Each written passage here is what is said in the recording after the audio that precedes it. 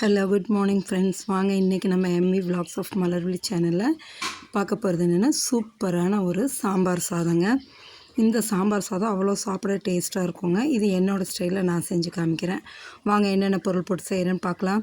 பாருங்கள், சிம்பிளாக இருக்கிற காயை தான் எடுத்துக்கிட்டேன். ஒரே ஒரு முருங்கைக்காய், அது பார்த்திங்கன்னா ஒரு தக்காளி நறுக்கி வச்சுருக்கேன், ஒரு முருங்கைக்காய் நறுக்கி வச்சுருக்கேன், ஒரு 8-10 பீன்ஸ் நறுக்கி வச்சுருக்கேன், ஒரு பெரிய கேரட் நறுக்கியிருக்கேங்க, கொஞ்சோண்டு புளி ஊற வச்சுருக்கேன், ஒரு 10-20 சின்ன வெங்காயத்தை உரித்து வச்சுருக்கேன். நறுக்கில் அப்படியே உரித்து முழுசாகவே வச்சுருக்கேன் பாருங்கள். அது போக ஒரே ஒரு பெரிய வெங்காயம் நறுக்கி வச்சுருக்கேங்க.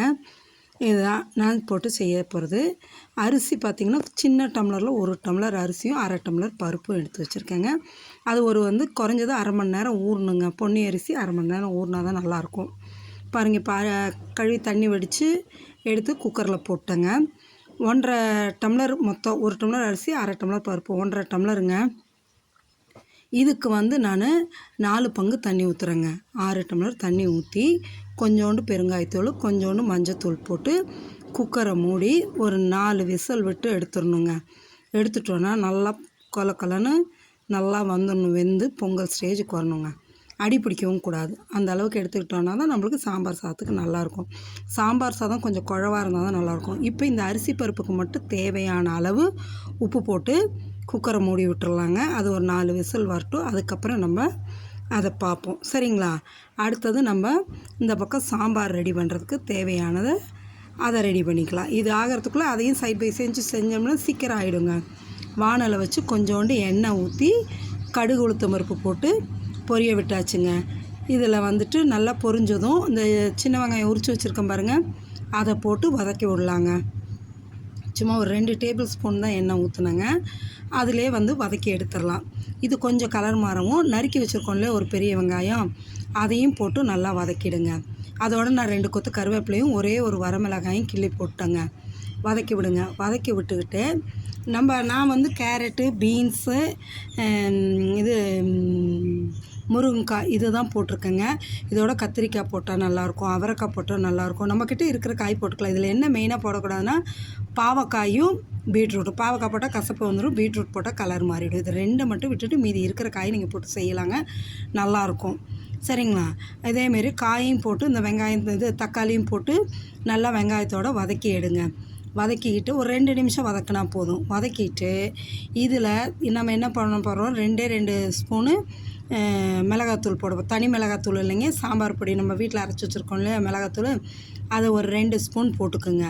போட்டுட்டு இதுக்கு ஒரு 1/4 ஸ்பூன் மஞ்சத்தூள் போட்டுருங்க. சாதத்துலேயும் போட்டிருக்கோம், இருந்தாலும் ஒரு 1/4 ஸ்பூன் மஞ்சத்தூள் இதுக்கும் போடணுங்க, குழம்புக்கும் போட்டு அடி பிடிக்காமல் இந்த தூளை நல்லா கிளறி விடுங்க. நல்லா கிளறி விட்டு 1 நிமிஷத்துக்கு பெருங்காயத்தூளும் கொஞ்சம் போட்டுட்டேங்க. போட்டு அடி பிடிக்காமல் 1 நிமிஷம் கிளறி விட்டுட்டு இதில் ஒரு 4-5 டம்ளர் தண்ணி ஊற்றிடலாங்க நல்லாவே. ஏன்னா தண்ணியாக இது பண்ணால் தான் நம்ம கிளறி வரும்போது சாம்பார் சாதம் அந்த பதத்தில் கரெக்டாக கிடைக்கும். அதுக்காக தாங்க ஒரு 4-5 டம்ளர் தண்ணியை ஊற்றி காயை வேக விடலாங்க. கொதித்து வரட்டுங்க நல்லா. தண்ணி நான் ஒரு 5 டம்ளர் தான் ஊற்றுறேன். நான் சாட்டர்டே சண்டே 2 டேஸ் வீடியோ போடலைங்க. கொஞ்சம் ஒரு முக்கியமான வேலை, அதால் வெளியே போகிற மாரி ஆயிடுச்சு. அதனால் நான் வீடியோ உங்களுக்கு போடவே இல்லை. அதனால தான் இன்றைக்கி போட்டிருக்கேன், சரிங்களா? நம்ம டெய்லியும் போட்டுட்ருக்கோம். நம்ம ஆரம்பித்த நாள்லேருந்து டெய்லியும் போட்டுட்ருக்கோம். அந்த 5 மந்த்ஸாக இந்த 2 நாள் ஒரு முக்கியமான வேலையாக போனங்காட்டி தான் போட முடியல, சரிங்களா? அதனால் இன்றைக்கி பாருங்கள், அதாவது சிம்பிளாக இன்றைக்கி சாம்பார் சாதம் செஞ்சது தான் உங்களுக்கு போட்டுட்ருக்கேன். பாருங்கள், இப்போ நல்லா காய் வெந்து வந்துச்சு, 3/4 பதத்தை தாண்டி வெந்துருச்சுங்க. இப்போ இதில் நம்ம கொஞ்சம் புளி ஊற வச்சுருக்கோம் இல்லைங்களா, அதை கரைச்சி நல்லா புளி தண்ணியை ஊற்றி இந்த சாம்பாருக்கு தேவையான அளவு உப்பு போட்டுக்கலாங்க. கரைச்சி வச்ச புளியை நல்லா வடிகட்டி ஊற்றுனா, வடிகட்டாமல் வச்சுருக்கறதுனால இப்போ வடிகட்டி ஊற்றிட்டுங்க. அதுக்கு தேவையான அளவு உப்பு, ஏன்னா நம்ம சாதத்துலேயும் உப்பு போட்டிருக்கோம், இதுக்கு கம்மியாகவே போட்டுக்கலாங்க.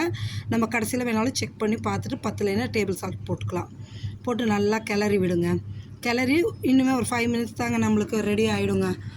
5 to 10 மினிட்ஸ்க்குள்ளே சாதம் ரெடி ஆகிடும். பாருங்கள், இதை கிளறி விட்டுட்டு இப்போ அந்த குக்கரை 4 விசில் ஆஃப் பண்ணி வச்சுருக்கோம் இல்லையா, அதை ஓப்பன் பண்ணி பார்ப்போங்க.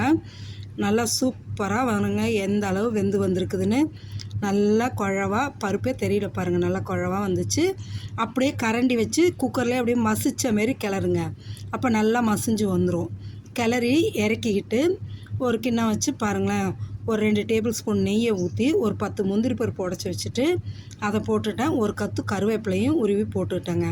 போட்டு அதை தாளித்து சாதத்து மேலே கொட்டிட்டோன்னு வைங்களேன், அவ்வளோ நல்லா டேஸ்ட்டாக நல்லாயிருக்குங்க. இந்த சாம்பார் சாதத்துக்கு நெய் போட்டு சாப்பிடும்போது அவ்வளோ நல்லாயிருக்கும். இப்போ இதுவும் ரெடி ஆகிடுச்சுங்க.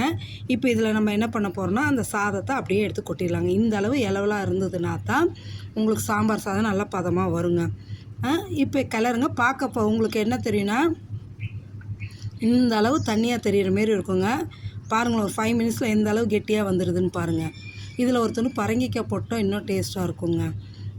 நான் இருக்கிற இந்த காயை வச்சு செஞ்சுட்டேங்க. உங்களுக்கு கிடச்சிச்சின்னா அதை போடுங்க. கத்திரிக்காய், அவரைக்காய், பரங்கிக்காயெல்லாம் போட்டால் நல்லா இருக்குங்க. போட்டு நல்லா கிளறி விடுங்க. ஒரு 5 மினிட்ஸ்க்குள்ளே எந்த அளவு கெட்டி ஆகிடுது பாருங்கள்.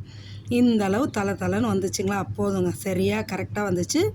இப்போ நம்ம என்ன பண்ண போகிறோம்னா, அந்த முந்திரி பருப்பு கருவேப்பிலையை இது பண்ணி நெய்யில் வறுத்து வச்சுருக்கோம் இல்லைங்களா, அதை எடுத்து போட்டு சாப்பிடுங்க. இதுக்கு சைட் டிஷ்ஷே தேவையில்லைங்க, அப்படியே சாப்பிட்லாம். சூப்பராக இருக்குங்க.